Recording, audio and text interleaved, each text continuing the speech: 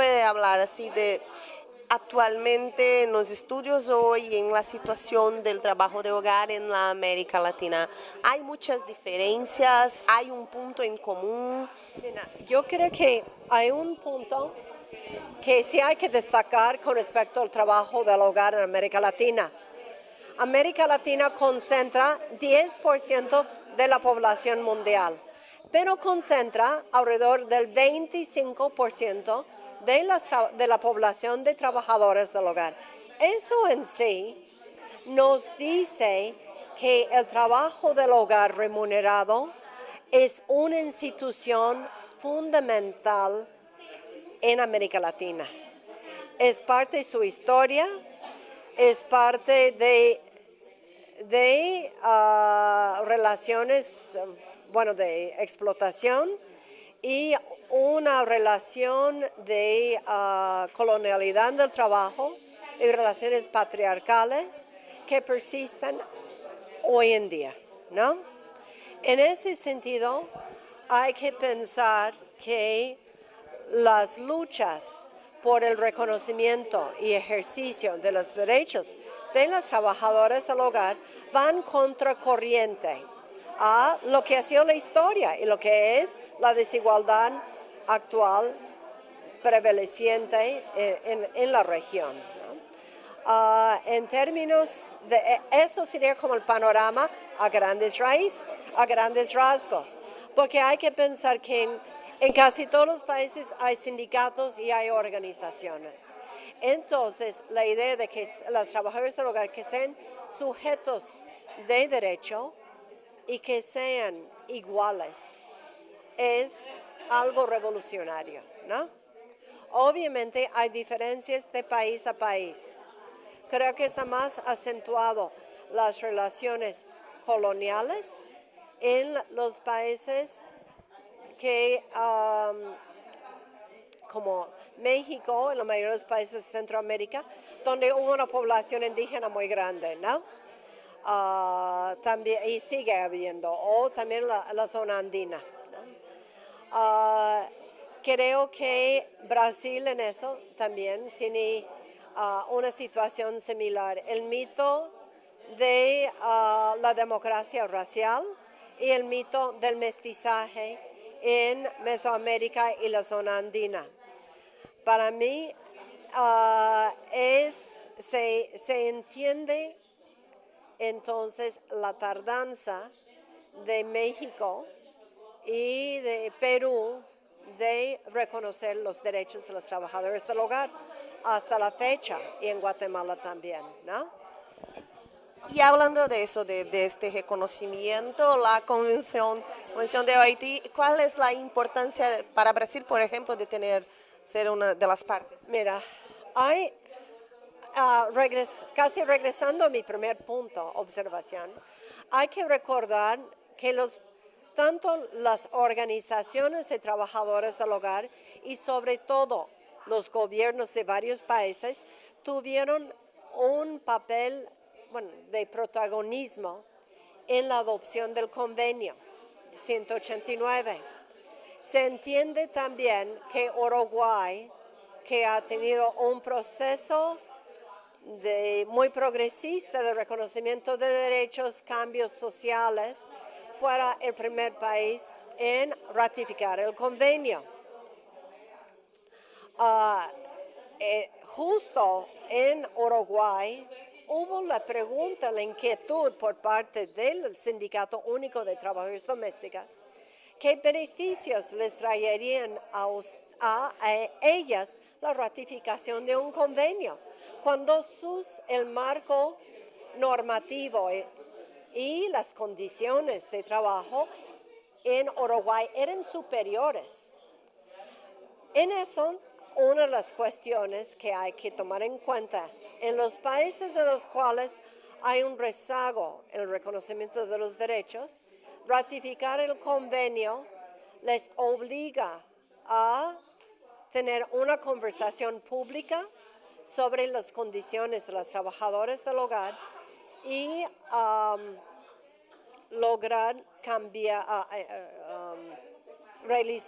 introducir reformas legislativas con respecto al trabajo del hogar remunerado, porque el principio del convenio de que es equiparar los derechos de los trabajadores del hogar con el resto de los trabajadores en un determinado país es de entrada como plantear una cuestión de igualdad, de que ya el trabajo doméstico remunerado no es un caso de excepción por ser realizado en la casa, porque supuestamente sigue la lógica de una familia o porque supuestamente no genera ganancias, ¿no? Entonces, y en los países donde sí hay reformas, por ejemplo, como en Uruguay o en este caso, Brasil, de alguna manera la ratificación de un convenio de la OIT es un punto de referencia muy importante por si hay cambios en el gobierno del país, ¿no? Puede haber un giro ideológico político en un país. Entonces hacen reformas con respecto a la legislación nacional, pero no creo que puedan echarse para atrás en la ratificación del convenio. No pueden decir, ay, cometimos un error. El convenio se queda. Entonces no importa cuál es la orientación política de un determinado país, en fin, como en México, ahora por fin parece que se va a ratificar el convenio 189 y tiene que ver con un cambio de gobierno cuyo uno de los ejes es trata de reducir por lo menos la desigualdad, ¿no? Eliminarlo, vamos a ser francas, ese no lo vamos a ver en nuestras vidas, ¿no? Sí. Bueno, y hablando de la lucha feminista y, de la actualidad, de hoy, la cuarta onda, hay nuevamente la pregunta, ¿hay puntos en común con la lucha de las trabajadoras de hogar? Pero hay también diferencias, creo yo, por las cuestiones de género, de raza y fundamentalmente también de clase. Sí, yo creo que desde la década de los 70 del siglo pasado, la cuestión del trabajo del hogar remunerado fue una cuestión problemática para el movimiento feminista o los movimientos feministas latinoamericanos. En aquel tiempo, en general, se asociaba con las mujeres de los sectores medios o, ¿cómo se llama? O las mejores mucho más allá de sectores medios, ¿no? De las élites a veces en los propios países, mujeres blancas también, ¿no? Niveles educativos más altos o de los sectores intelectuales, arte y todo esto. Eso era, entonces, y muchas eran empleadoras. Hay una intelectual feminista peruana, Maruja Barik. Ella plantea que una de las dificultades que las feministas latinoamericanas tenemos en hablar sobre el trabajo del hogar remunerado de manera franca, reconociendo los privilegios de clase, también tiene que ver con cómo este trabajo es racializado. Que ahí sí también se reflejan las dificultades de enfrentar el racismo en estos países, ¿no? Entonces, creo que hay a veces como los mismos discursos por parte de muchas feministas que a su vez son empleadoras que otras empleadoras, ¿no? De racionalizar las relaciones de desigualdad que pueden existir, ¿no? También hay feministas y me incluyo en esto, que hemos sido aliadas de las organizaciones de las trabajadoras del hogar en el reconocimiento de sus derechos, ¿no? De utilizar inclusive esos privilegios de algunas feministas para buscar cambios legislativos, ¿no? En esto yo creo que habría que pensar que las características de los movimientos feministas han cambiado a lo largo de las décadas, ¿no? hay muchas mujeres también del sector popular que hoy en día a lo mejor se consideran feministas, ¿no? Entonces ya no es necesariamente esta cuestión de clase tan marcada entre trabajadoras del hogar no feministas y empleadoras feministas. En eso va a haber también trabajadoras del hogar que participan en organizaciones que ya tienen una orientación feminista, aunque no necesariamente se ponen la camiseta, como decimos en México. Hay una cosa que sí quisiera introducir en esto.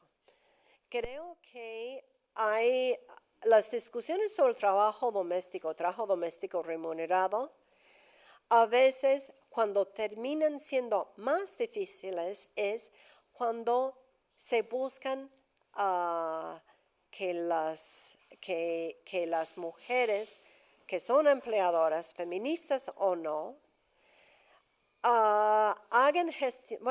tomen medidas congruentes con la igualdad de derechos, ¿no? Por ejemplo, en México ha sido muy difícil que las empleadoras feministas, no feministas, firmen un contrato. Y las justificaciones son iguales de siempre, de que no tengo dinero, así estamos bien, no puedo reconocer estos derechos. Y otra cuestión, a mí me preocupa el giro de la discusión de trabajo doméstico, que fue del movimiento feminista en los años 70 y 80, aunque enfocado a las mujeres, es el movimiento amplio de mujeres, ¿no? Y no propiamente de los sectores medios, ¿entienden? Como ahí, no sé, a veces no se tocó. Del trabajo doméstico a la cuestión de los cuidados.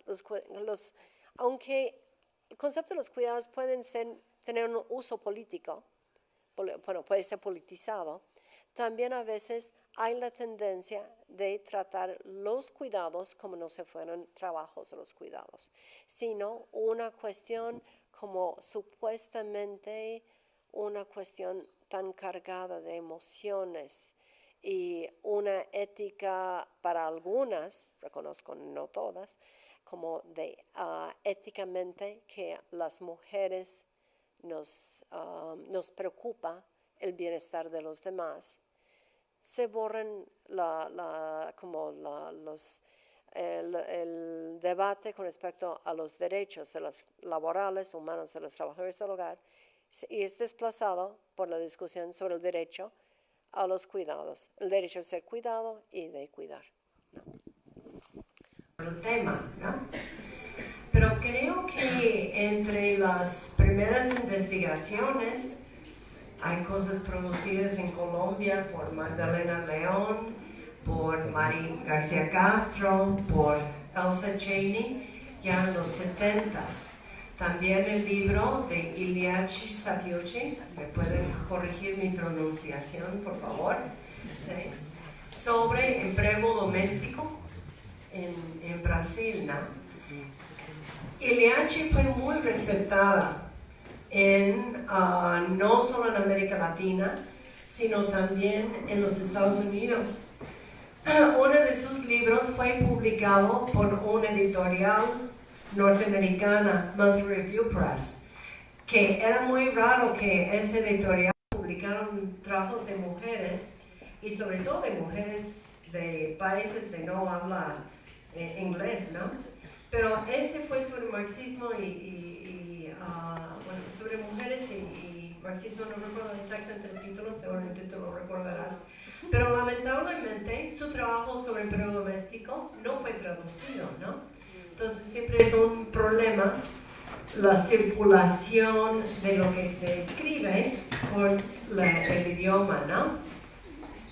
Yo creo que casi todo el mundo sabe del gran proyecto de Elsa Cheney y Mari García Castro, tanto de investigación como de incidencia política con las organizaciones de las trabajadoras del hogar, ¿no? Entonces, esas fueron como las primeras publicaciones. En el libro de Muchachos no mueren en inglés, era muchacha cachifa, empleada, ¿sí? Una larga lista de términos discriminatorios. Y la forma que termina diciendo, ya no, sino realmente trabajadoras del hogar, ¿no? Entonces, yo entré en el tema del trabajo del hogar como Mary, ¿no? Desde los años 70 del siglo pasado. Ahí sí, claro, sí era joven alguna vez en mi vida. Y a mí lo que sí me llamó la atención es que era evidente que tantas mujeres latinoamericanas eran trabajadoras del hogar y que eran las pocas alternativas que tenían para mantenerse y mantener sus familias, pero nadie investigaba casi sobre las trabajadoras del hogar, eran invisibles, ¿no? E inclusive cuando yo propuse hacer mi tesis doctoral en 1974 sobre este tema, no fue muy bien visto.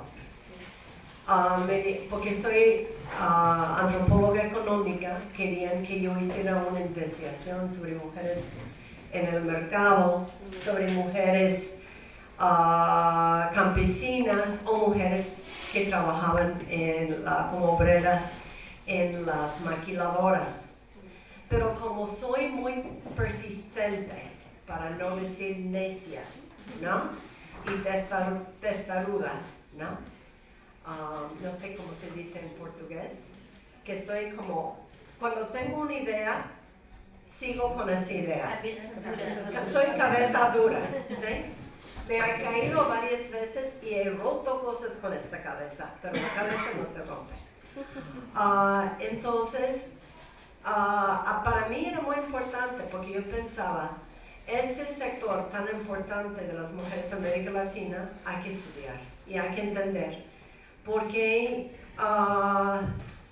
son tan discriminadas. Bueno, era más que nada ondear en temas que me interesaban, de que por qué existía y por qué era tan importante en América Latina el tema, ¿no?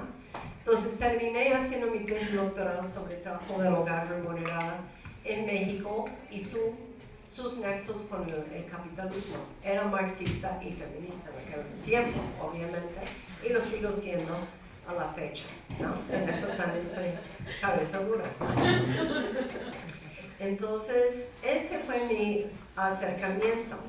Y la otra cuestión, siempre tenía un compromiso político.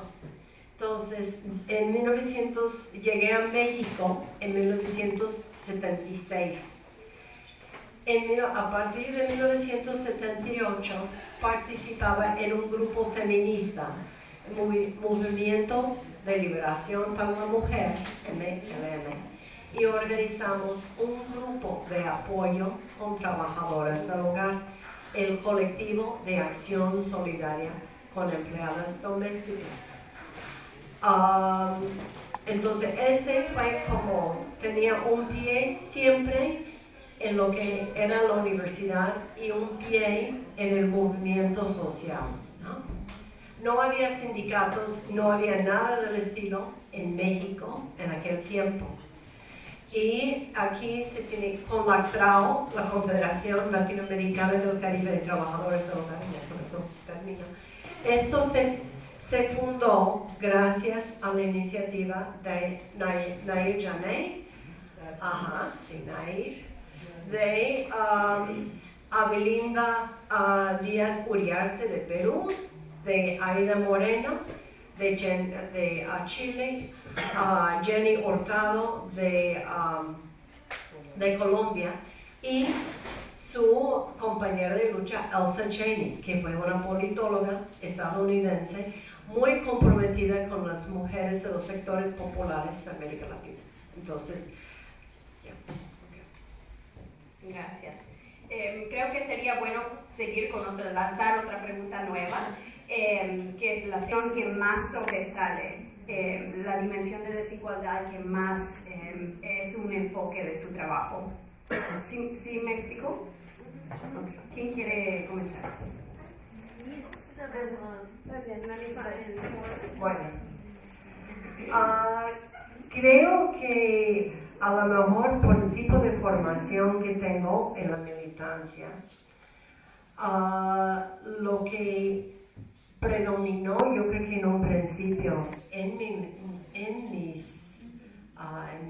mi perspectiva, fue la dimensión de clase, ¿no? Aunque siempre que uno dice que es interseccional, hay algo que uno ve más, ¿no? Las grandes desigualdades de clase, sobre todo en México y algunos otros países de América Latina, yo creo que se hacen todavía más evidentes en el trabajo del hogar remunerado, ¿no? Obviamente los trabajadores del hogar casi siempre son de los sectores más pobres en las sociedades y quienes les contratan, la inmensa mayoría sí son de las clases altas, ¿no?